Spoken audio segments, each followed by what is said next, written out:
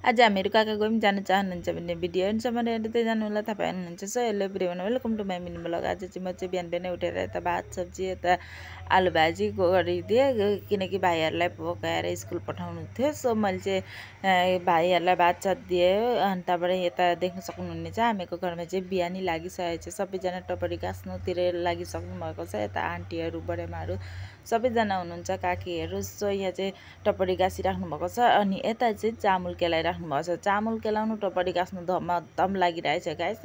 हामीहरूको चाहिँ बिहा लागिसकेको छ भन्दा नि हुन्छ। सो हामीहरू चाहिँ सबै त गरिसकेर एकछिन घुम्नु भनेर निक्ल्यौँ। यता बहिनी म बेटी एकछिन घुमघाम गरेर आउनुपर्छ नि त, घरमा बसेर नि एकदम दिक्कै लाग्छ नि त, त्यसैले।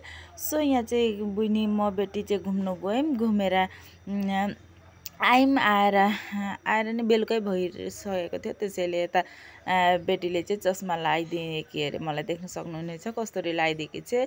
यता बेटीले चाहिँ चस्मा लगाइदिएर के गरिरहेको थियो, मलाई चाहिँ उसले पनि लगाइरहेको थियो, मलाई पनि लगाइदिइरहेको थियो। सो बेटी चाहिँ के उत्पात गरिरहेको थियो, मसँग चाहिँ एकदम देमाली गरिरहेको थियो।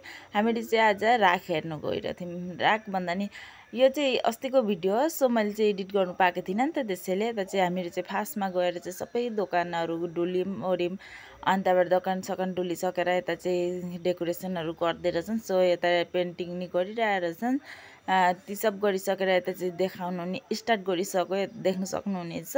हामीको यता चाहिँ राखलीला हुन्छ नि त, त्यसैले यहाँनिर राखलीला हेर्नु आइरहेको थियौँ। हामीहरूको घरबाट पनि बेसी दूर होइन, घर पछाडि नै हो स्कुलको फिल्डमा। सो यहाँ चाहिँ एकदम कंसको पाठ भइरहेको थियो। मैले चाहिँ भिडियो चाहिँ अलिकति लम्बाइ नै गरेको थिएँ, त्यसैले स्पिड देखाइरहेको छु। यहाँ चाहिँ बोलेको चाहिँ मैले हाल्नु सकिनँ, यहाँ देख्न सक्नुहुनेछ। मैले चाहिँ आफ्नो भोइसले भनिरहेको छु। सो यस्तो राखलीला चाहिँ कसको गाउँतिर हुन्छ कमेन्ट गरेर भन्नु होला। सो हामीहरूको यता चाहिँ हुन्छ, यता देख्न सक्नुहुनेछ के कंसको पार्ट मात्रै उठाउनु सकेँ मैले चाहिँ, अरू चाहिँ उठाउनु सकिनँ। किन भन्दाखेरि म पनि बेसी टाइम बसिनँ नि त, एकदम रात परिसकेको थियो। रात भन्दाखेरि नि 12-1 बजी भइसकेको थियो। मलाई चाहिँ एकदम धेरै निन्द्रा लाग्छ नि त, धेरै टाइम बस्नु नि सक्दिनँ, त्यसैले मैले चाहिँ कंसको पार्ट मात्रै हेरेर घर गएँ।